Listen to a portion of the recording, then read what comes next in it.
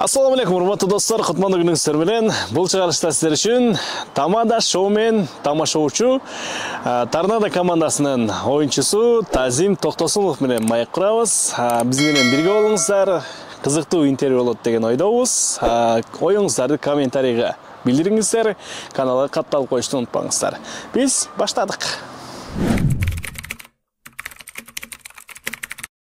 Тазим мырза, эми өзүңүз жөнүндө кенен ушул көрөрмандарга айтып берсеңиз. Каяктын колуна болосуз, кайсыл мектепте окугансыз, бала чагыңыз деги эле кандай өттү эле ошол жөнүндө?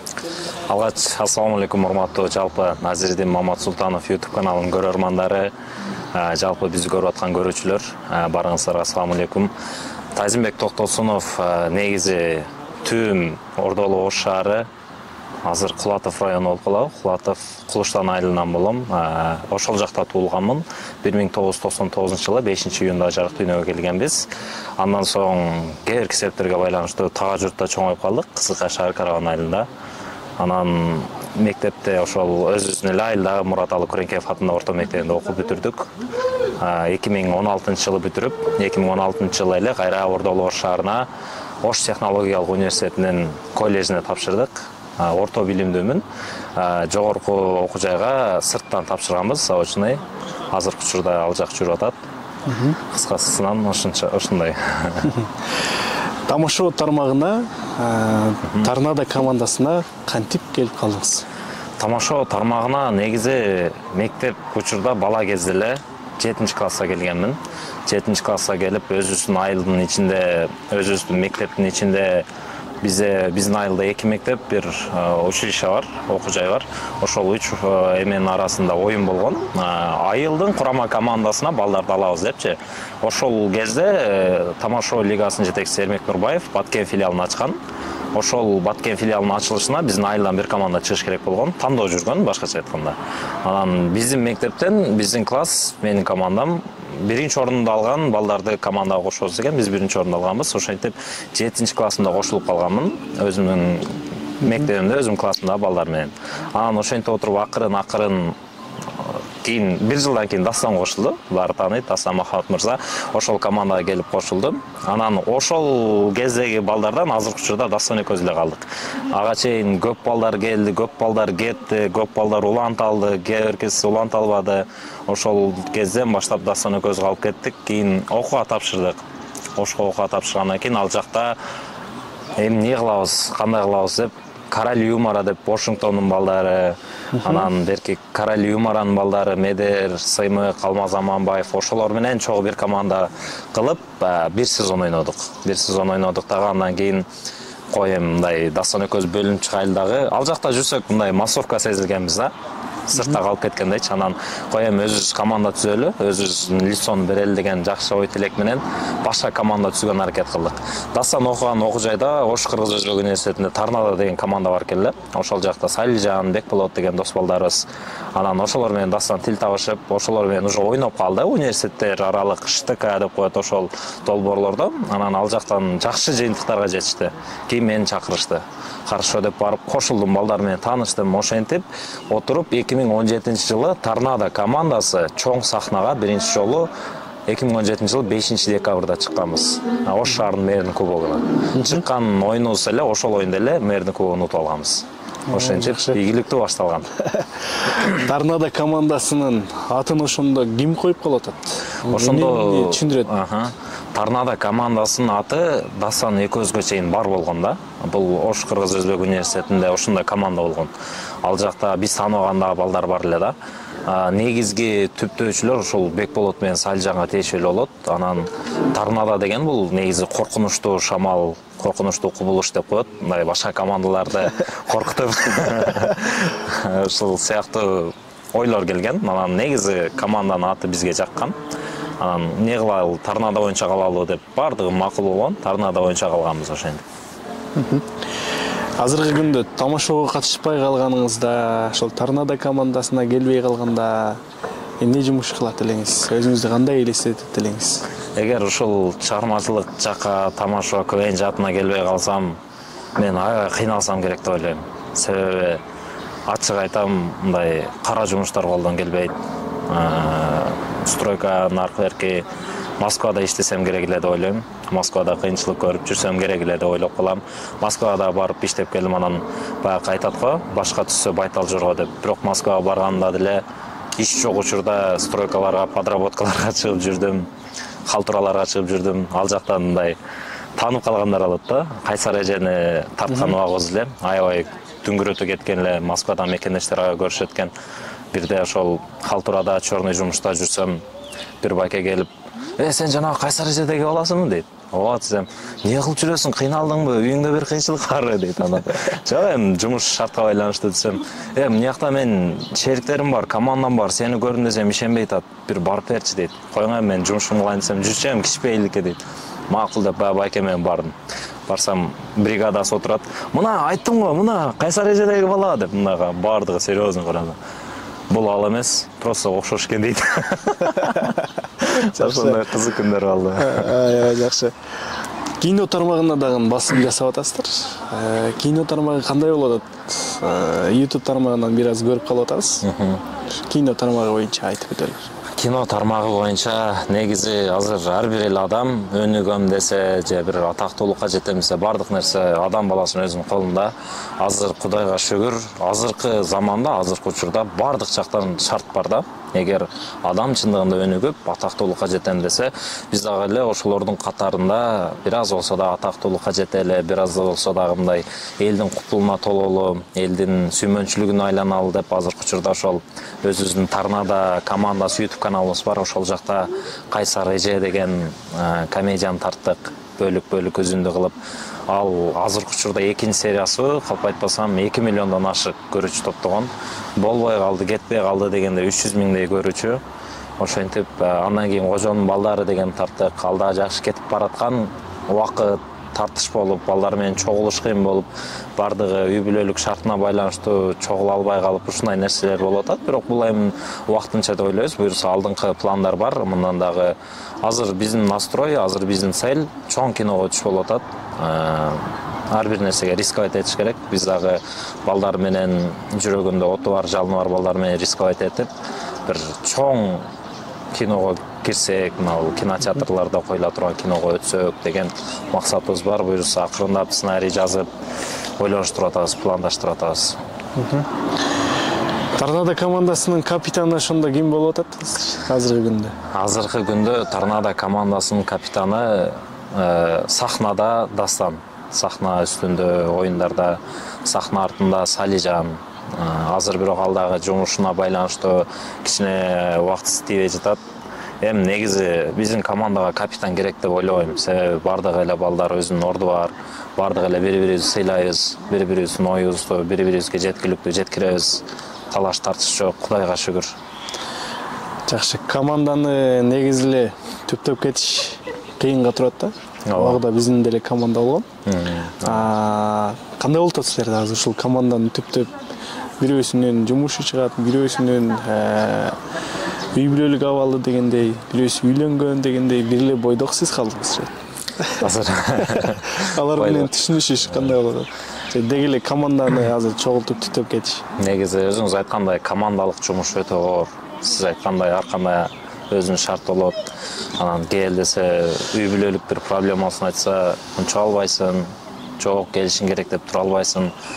Эми биз баягы башка командалардан өзгөчөлөнүп, ар бир бала өзүнүн ордун тапса экен, ар бир бала өзүнүн багыты менен бир кирешеге чыкса экен деген эле оюбуз. Эми болуп атат. Азыр 3 бойдокпуз. Мен, Тимур, Бекболот, анан 3-өө үйлөнгөн. Салижан, Жыргал, Дастан. Эми балдардын өзүнүн каалоосуна жараша буюрса алдыңкы пландарга кете беребиз. Шартына карап туруп, мындай зордомой жок. Ким мен чече алам проблемамды, мен көзүм жетет деген болсо, буюрса командалык иш кылабыз. Шартка байланыштуу. Жеке жашооңуз боюнча сөз кылалы. Убакыт келди окшойт үйлөнгөнгө. Эмне себеп болуп атат? Же үйлөнүшкө, же балким убакытты бир аз чоюйн деген пландар барбы? Негизи убакыт сааты чыга элек окшойт деп ойлойм. Убакыт сааты келе элек окшойт деп. Өзүмдө негизи үйлөнгөнгө каалоо бар. Неге болбосун? Анан Кудайым насип кылып түшүнүктүү ушул биздин жумушубузду, чыгармачылыгыбызды түшүнгөн инсан жолуктурса, анан үйдөгүлөрдүн сүйлөшүүлөрү оң жагынан чыкса, насип кылып калса быйыл, анан болбой калса кийинки жылы деп турабыз. Тандаганыңыз бар, Сүйлөшкөнүбүз сүйлөшкөнүңүз бар. Мамиле бар. Абдан жакшы. Мынакей көрүп атасыздар, урматтуу көрөрмандар. Тазим мырзанын дагы жүрөгү бош эмес экен. Ошол. Жакында той буйрса. Буйрса деп жакшы тилек кылалы, ниет кылалы. Жакшы. Алдыда койгон пландарыңыздар кандай анда? Ушул Торнадо командасынын азыркы күндө коюп аткан пландары. Быйыл кече жакында гастролдоп концерт бердик. Анан көрүүчүлөр концертке келгени биздин куфулубузга бир аз толбой калды. Анын минусун өзүбүздөн издедик. Биз анткени өзүбүздүн үстүбүздөн иштей атат экенбиз. Элге жакшы кире элек экенбиз деп. Ошол себептен байланыштуу азыркы учурда командалык ар бир бала өзүнө жеке бир долбоор иштеп атат. Менин өзүм долбоорум болот, башка балдардын ар биринин өзүнүн долбоору болот. Ошол командабыз аркылуу ар бир баланын мындай жүзүн элге таанытуу максатында жакшы бир пландардын үстүндө иштейбиз. Ошол эле учурда командалык кожонун балдары, андан сырткарда бир-эки проекттерибиз бар. Ошолор үстүндө иштейбиз. Буюрса кийинки жылы концерт бере турган болсок, эл ушунчалык көп келип биздин куфулубузга толо турган даражага жетебиз деген жакшы ой тилек менен максаттарды акырын ишке ашырабыз. Instagram баракчаңызда канча катталуучу бар? Instagram баракчамда азыркы учурда 27 000 болуш керек. 27 000. Ошол тармагында рекламалар кандай болуп атат сиздерде? Ал жакта мен көп активдүү колдонбойм. Анан көңүлүм бош, көңүлүм назик, бирөө бөлүшүп берсе бөлүшүп коерем. Анан канча болот десе көңүлүңүздөн чыгарып кое бересиз деп кое берем. Анан основном Instagramдан мен акча табам, киреше табам деп айта албайм. Өзүңүздүн тандаганыңызды, сүйлөшкөн кызыңызды ачыкка чыгарса болобу? Убакыт сааты келсе, убакыт сааты азыр убакыт эмес деп ойлойм. Жакшы.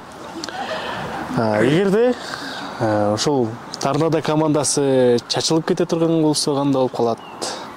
Бул суроону берип көрөлү.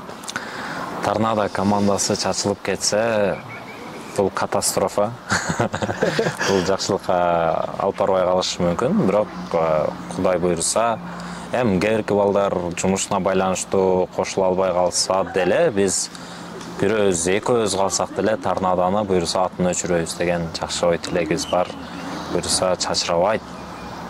Буйруса аракет кылабыз, мээнет кылабыз, иштейбиз, алдыга жылабыз. Балалык кездериңизге кайталы анда. Балалык кездериңиз кантип өттү эле? Ошол өзүңүздүн.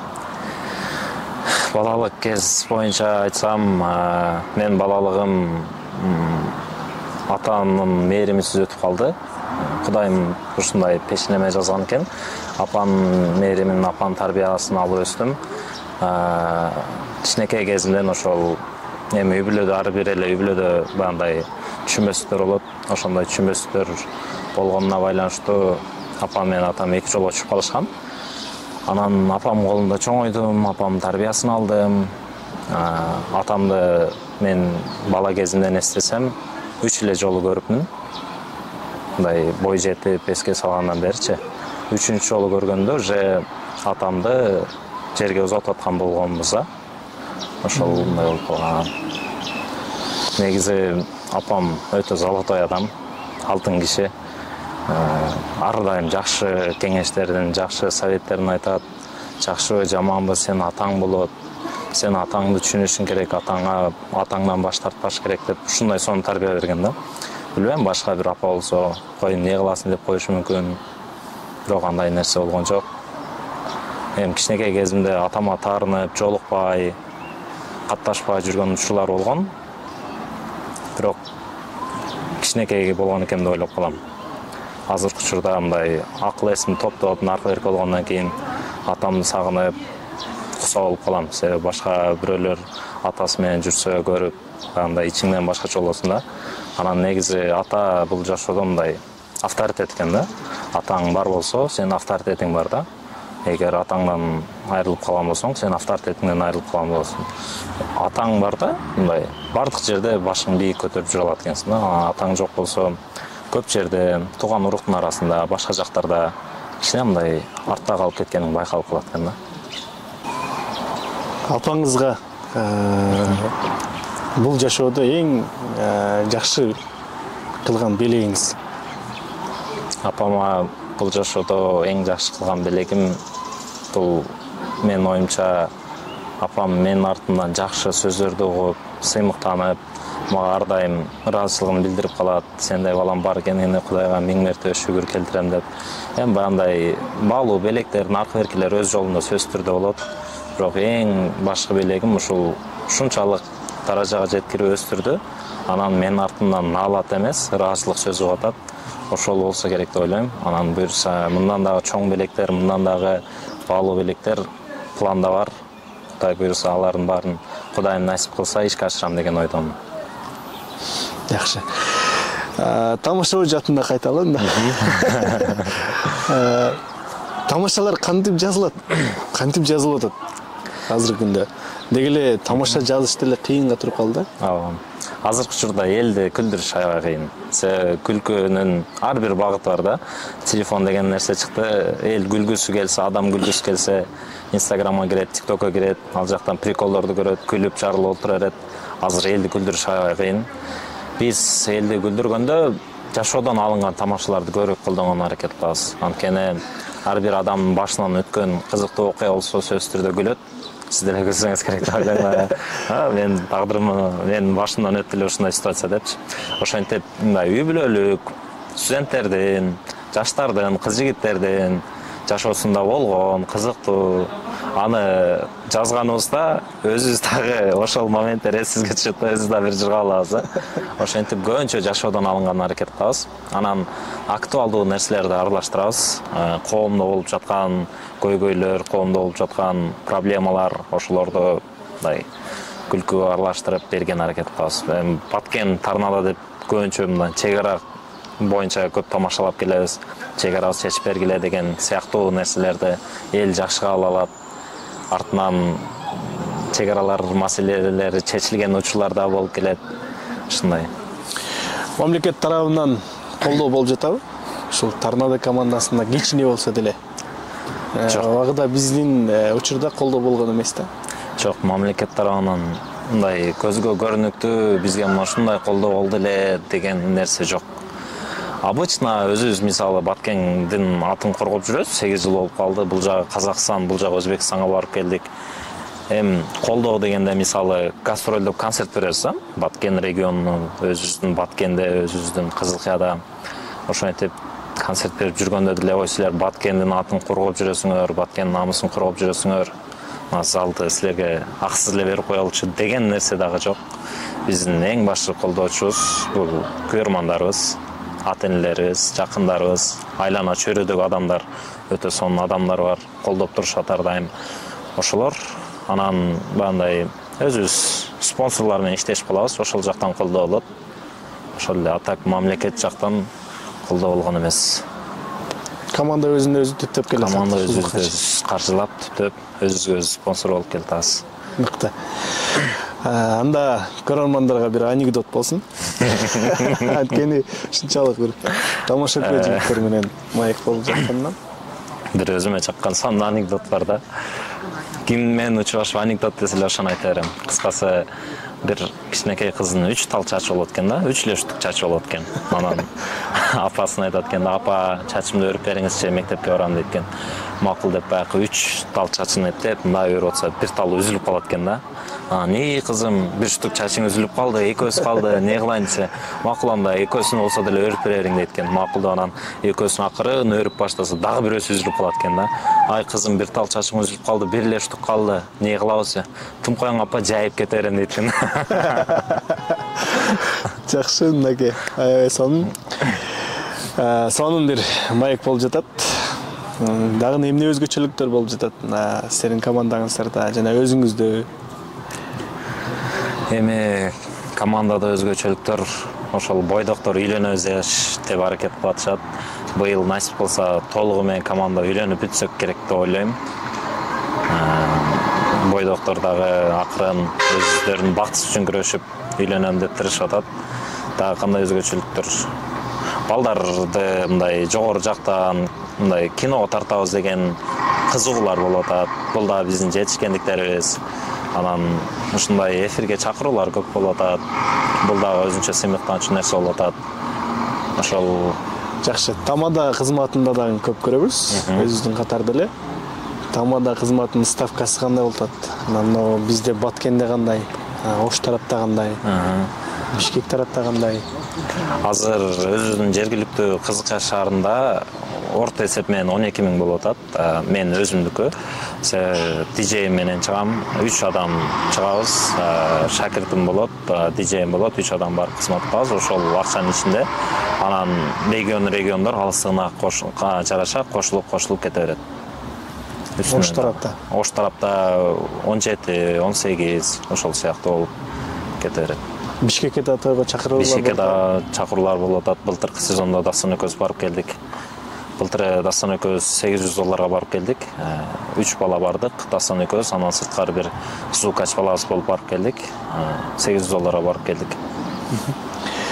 Ошол тамада кызматынан дагы сырткары жеке бизнестер кандай болуп атат? Барбы же Жеке кандай? бизнес жаратыш керек болуп атат. Азырынча жок. Бирок пландаштырып жүргөн нерселер бар. Буюрса азыр эрте эле айтыштын кереги жок деп ойлойм. Акырын ишке ашырып баштасак, башы көрүнүп калса анан сөзсүз түрдө бөлүшөбүз. Сөзсүз түрдө ойдо планда бар. Азыркы учурда мындай жеке бизнес дагы ишке ашырып коюш керек болуп атат. Себеби андай той жок учурда дагы үй бүлөнүн тиричилигин жүргүзүп тура турган нерсе болсо өтө жакшы болот. Урматтуу достор, Тазим мырза менен жакшы бир маектерди улантып атабыз.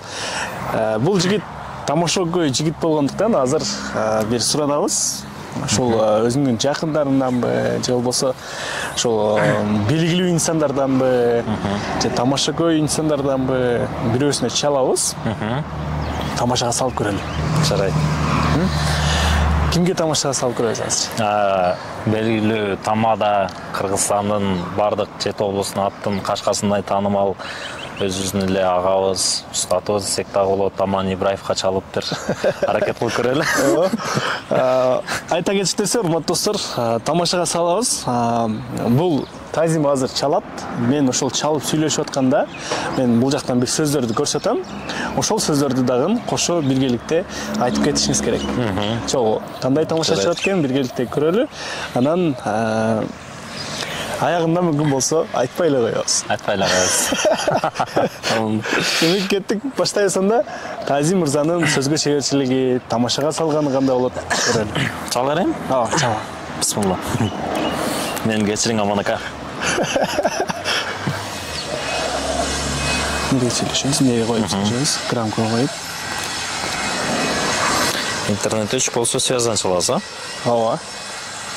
Азыр башка телефондон чалып көрүп атабыз. Демек, алабы көрөлү. Тойго чакырып бир тамаша салып көрөсүн. Аман акеге чакырабыз.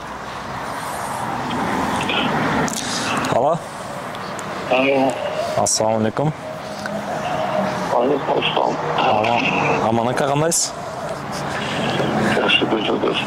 Жакшы, шүгүр. Уктап аттыңыз беле? Сүйлөй берсем болобу же анан чалайынбы? Эмнече? Мен Тазимбек, таандыңыз, а? Таандым. Той боюнча Аман ака. Не той? Кыскасы бир тагам баласын үйлөп атты эле да. Анан ошол сизди өтө жакшы көрүп, балпараныңыз жактырып, Аман Ибраев сүйлөсөк болобу деп атты эле да. Бирде айттак экен, ырчы экен депчи. Кандай той? 5 июнь күнү экен. Обычно алдошын беребиз.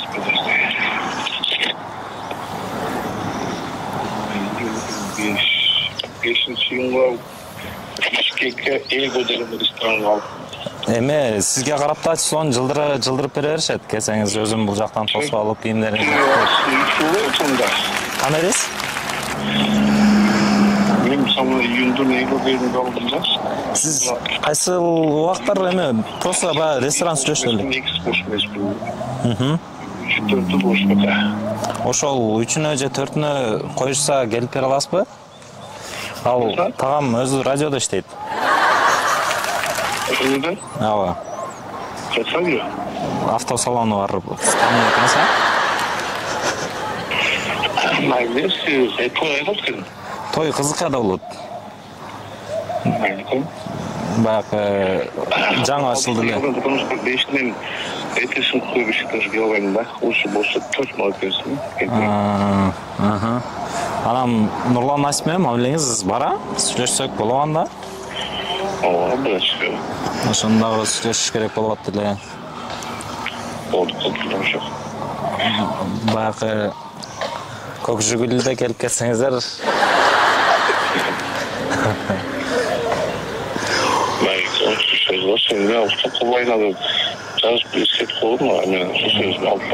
Эме сиз комузга чет бересиз, Монка?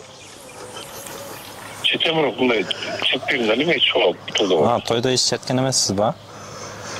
Четкен анда. Бизе могу Кызылка жакта баягы ресторандарда козу гриль эч уккан эмессизби? Берки жоодар акелерден, акеркилерден. Козу грильби? Ооба. Кызылка жакта. Же только ошто эле жасайбы? Ошто мисалы полный сет. Неге? Ошондой коем, анан баягындай саксофон менен той башталгыча элге мындай ырдап турса жакшы болот дейт. Неме да, европейский той баштайт да, мен көрдүм. Нурлан Асип баягы 100 миңдей көп акчаны айтса керек, а? 100 миң көп аз. 100 миңден көп ба? 100 миң доллар эстеп берет. Чоп, 5 доллар эстеп болсо. Доллар 88 миң болсо. Биз 100 миңге сүйлөшө алабызбы деп атты эле да.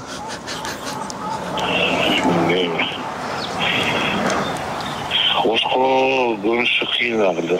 Сен бир айтып койсуң, мен шеттен бөтөй маалым десе. Болду, анда мен сизге да WhatsApp'тан байланышам го. Келсеңиз өзүм тосуп алып, кийимдериңизди күтөп. Если алтысына болса кыйын болуп калат, мен алтысы. Анан экинчи тапалдын той алып жатачы. Алтыда. Төртү кылса. Болду, рахмат чоң да сизге WhatsApp'тан байланышам. Жакшы эс алың. Акыл.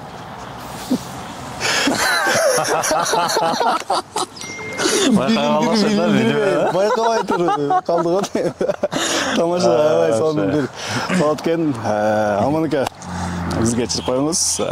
Ийниңиз сизди тамашага салып атат. Мен Аман байкени өзгөчө баалайм да, мындай өтө кичпейил, өтө жөнөкөй мындай баарына бирдей мамиле кылат да. Ошол сапаттары мага аябай жагат.